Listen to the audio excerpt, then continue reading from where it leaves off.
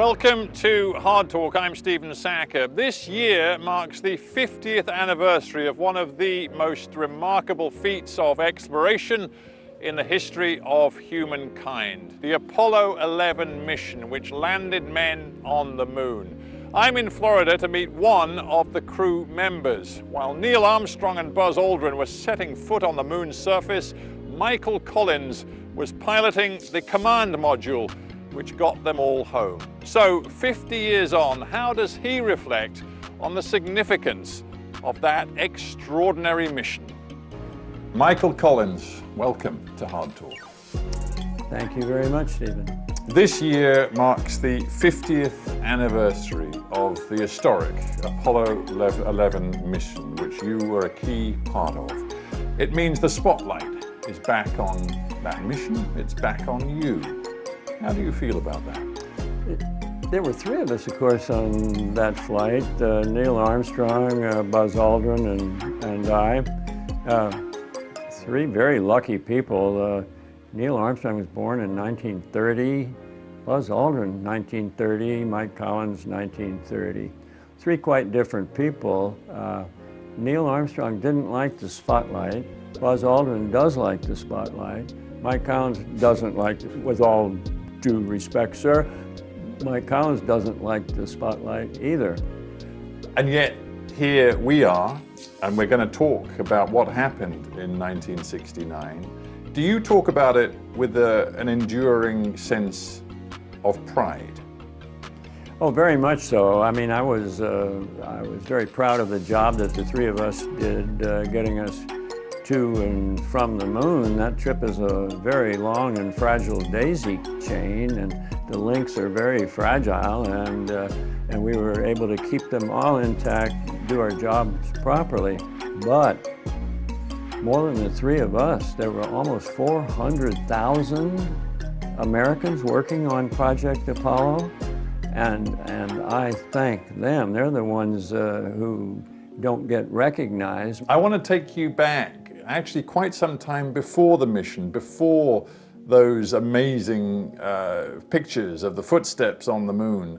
I want to take you back to John F. Kennedy pledging to invest whatever it took to get American men onto the moon in 1961, I guess. And within the decade, he said, we will make it happen. Absolutely. Now, did you, at the time, when he said that, did you think, that's me, I am going to do whatever I can to be part of that? No, I did not. When John F. Kennedy made that famous speech, a man on the moon by the end of the decade, I was struggling with equations of motion in the test pilot school at Edwards Air Force Base, and the notion of flying to the moon was far beyond my ken.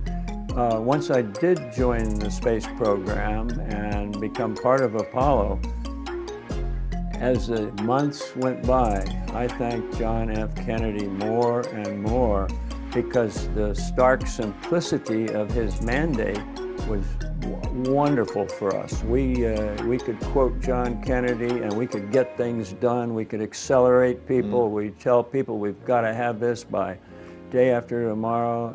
The Kennedy mandate, the simplicity of it, the stark beauty of it, really helped us along to the moon. Did you feel that you were part of some sort of Cold War contest? Because we shouldn't forget that Kennedy's commitment was, in part at least, driven by a preoccupation with what the Soviets were doing, in the sense that the Soviets may be getting ahead of America in the space race.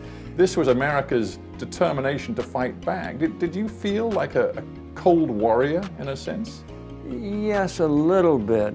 We of course, were acutely aware of the USSR. We knew that we were in a competition with them, but somehow that was behind a scrim, behind a screen. It wasn't part of our day-to-day life. I didn't feel like an active competitor. My problems were American problems, trying to get American problems solved. And although we knew we were in this competition, at least my consciousness was 99% taken with non-Soviet affairs or status. You were picked, ultimately, for this Apollo 11 mission, alongside, as you say, Neil Armstrong and Buzz Aldrin. You then spent time training with them, you did the mission with them. It was a feat of enormous ambition and daring. And I just wonder what sort of bonds you forged with those two men, Armstrong and Aldrin. We formed some very strong bonds, but actually not really during the flight of Apollo 11 or even during the preparatory flight of the flight. It was an around the world trip that we took after the flight. When I came to know Neil better, during our training, in the first place, we had not been a backup crew as most primary crews had been.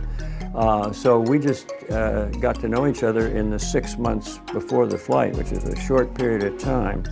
Further, we were split by function. Neil and Buzz were primarily off doing lunar module training. I was usually by myself doing command module training. So I, somewhere along the line, described us as amiable strangers. I didn't mean that in a derogatory way, but when we were very hardworking, when the day was over, we didn't party, we didn't drive color-coordinated Corvettes or any of that kind of thing. Our noses were to the grindstone. We had both come off the Gemini program, so we did have some experience in space. Gemini program was a fascinating but a much smaller program, and it had more of a local appeal or feeling about it, almost perhaps like an athletic contest of some sort. Apollo 11, on the other hand, was heavy-duty, big business. We felt the weight of the world on our shoulders. We were being looked at and examined minutely. We were under a tight time schedule, and amiable strangers we were in a sense. But there's something intensely human about the roles you had, because Armstrong and Aldrin, as you say, were committed to the landing. They were in the lunar module, and they were going to be the guys, let us be honest, who were going to get the glory of making those footsteps on the moon. You were integral to the mission, but you were piloting the command module. You were absolutely crucial to getting them onto the moon and getting them off the moon and back home. But you were not there. And it seems to me it takes a particular kind of man to be committed to the mission and you accept that you're not going to get the ultimate glory. Did you see it that way? Well, no, I certainly thought that I did not have the best seat of the three on Apollo 11, but I can say in all honesty, I was thrilled with the seat that I did have. I knew that I had somehow lucked into being 1/3 of the team that was going to do this wonderful thing, and my function suited me fine. I mean, yeah, sure, I would have preferred to walk on the moon, but that really seemed trivial distinction at the time. I was very pleased with my responsibilities on the flight. People have said that yours actually was the loneliest job that a human being could ever have, because while they went off, the two of them together in the module to make that landing, you were orbiting the moon in the command module, and for a substantial chunk of every orbit, you were completely isolated from all of humankind because you were on the far side of the moon, out of all contact with humanity. No human being has ever been more isolated than you were. So what? So, what did you make of that experience? What kind of impact did it have upon you? Well, when I returned to Earth, I was amazed because most of the questions to me from the press centered on, you were the loneliest man in the whole lonely orbit around the lonely planet on a lonely evening. And I felt, on the other hand, quite comfortable in my happy little home inside the command module, Columbia. I had been flying airplanes by myself for a number of years, so the fact I was aloft by myself was not anything new. I was very comfortable. And yet, there was an awful responsibility on your shoulders, because you were the guy who had to make sure that Aldrin and Armstrong got back to the spacecraft that was going to get you all home. And you didn't know whether the lunar module would really work when it left the moon's surface. You didn't know if Armstrong and Aldrin would make it back to you. And I just wonder if in your mind you had a plan for what you'd do if things went wrong. Well, first, you've hit upon the part of the flight that I worried about the most, which I thought that Neil and Buzz would go on down and have a successful landing. And a lot of our equipment was duplicated, but when it came to their return to me, they had one engine bell, one combustion chamber, and that had to work perfectly to lift them up back to my orbit.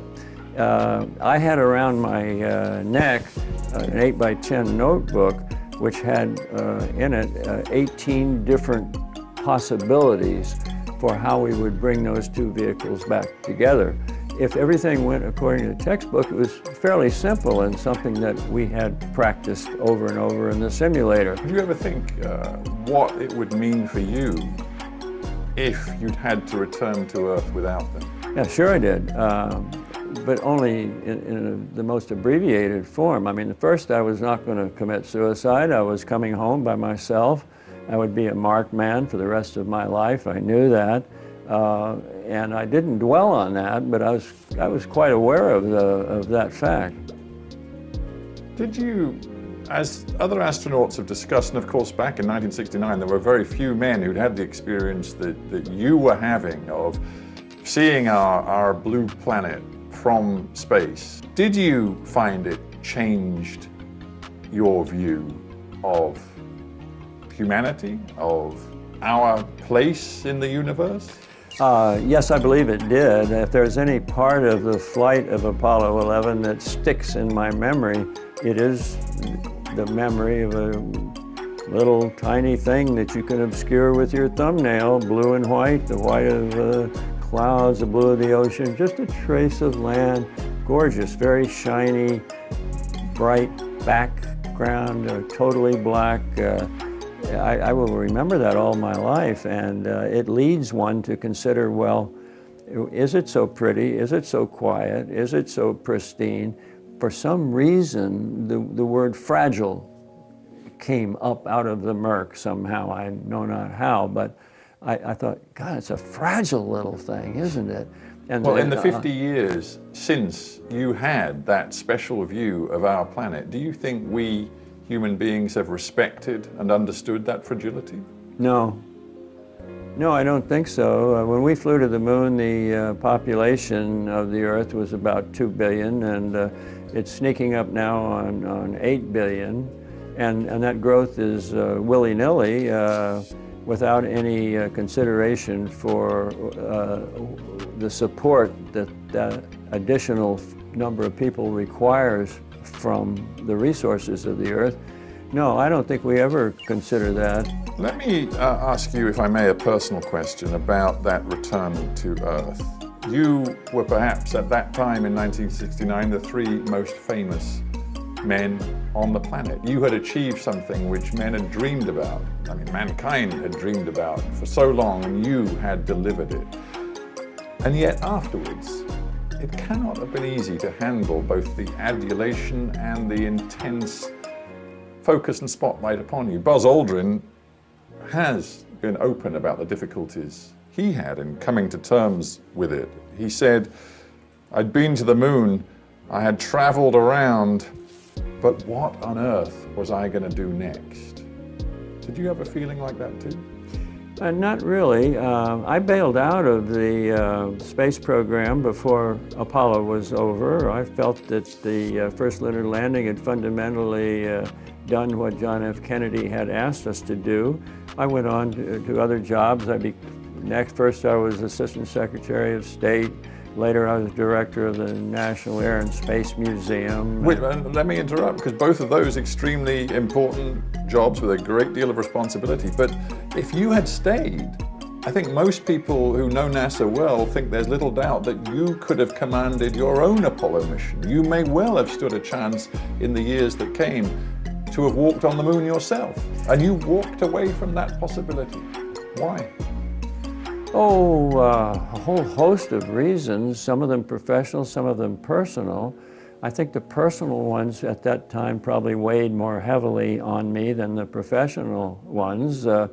My wife, Pat, had put up with my ridiculous career, being a jet fighter pilot, a test pilot, this loony astronaut thing, whatever it was, and yeah, that required long hours, a lot of time away from home, and the time away from home frequently was you were stuffed into a simulator, and I was sick and tired of being stuffed into a simulator.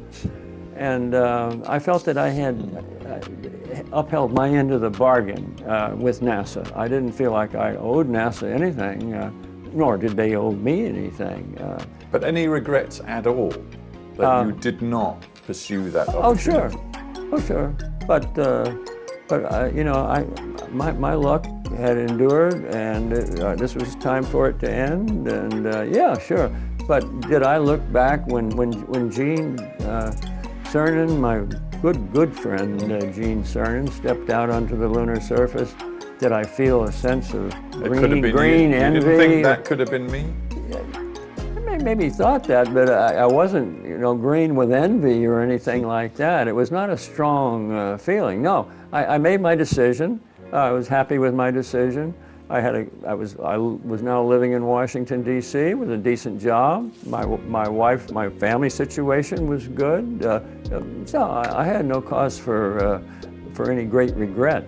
As you say, you for a while were director of the Air and Space Museum. You stayed very closely tied to the world of space exploration. You've watched NASA at close quarters. Do you think, after the Apollo program was wound up, do you think NASA, in a sense, lost its way? That for all of the development of the space shuttle, those endless missions to the space station, space lab, they seem to lose momentum with the notion of pushing forward with manned exploration.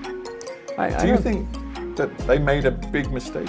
I don't think NASA lost its way so much as NASA lost its money. And there's an important distinction there. I think NASA sort of wobbled along. They weren't quite sure what you did. After Apollo, they did a space station, an abbreviated form of one, and then they created the shuttle. I think those were important and useful steps. They were not as dramatic. They didn't excite the American people, and interest in the space program decreased. But I think that was perhaps inevitable after Apollo was over. Let's talk about Mars. You have always been a passionate advocate of the need for humans to push a mission to Mars, but there are so many challenges involved in a Mars mission. It would take so long, at least 2 years. Do you see a commitment, not least amongst America's politicians, to invest what it would need to get human beings to Mars? The financing of space ventures has changed somewhat in that it's not only a taxed government project, Mars, but some private money is being thrown in by people such as Elon Musk. Are you comfortable with that? With the notion that America's richest billionaires, and you mentioned Elon Musk, we could talk about Jeff Bezos as well. Are you comfortable with a sort of climate in space exploration where they seem more committed to pushing the boundaries, the frontiers, than the US government? No, well, I think the U.S. government should welcome their money in. Sure, if they want to throw in $1 billion here and $1 trillion there, well, bless them. I don't see that there's anything wrong with having, once you're in a spacecraft, you're not sure who paid for the thing that you're up in. The fact is that you're there, and they're adding to the possible reality of a trip to Mars a little bit sooner than if you relied solely upon appropriated funds.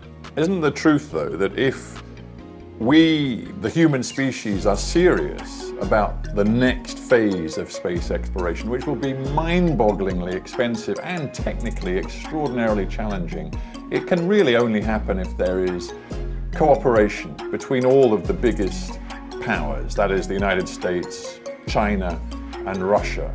I think we have to find a way to cooperate. I remember so vividly the trip that the three of us took after the flight of Apollo 11, and we were surprised that everywhere we went, every city we visited, we were not greeted with, "Oh, well, you Americans finally did it." We were greeted with, "We did it. We, humanity, we human beings have put ourselves, our talents together, and we have done it."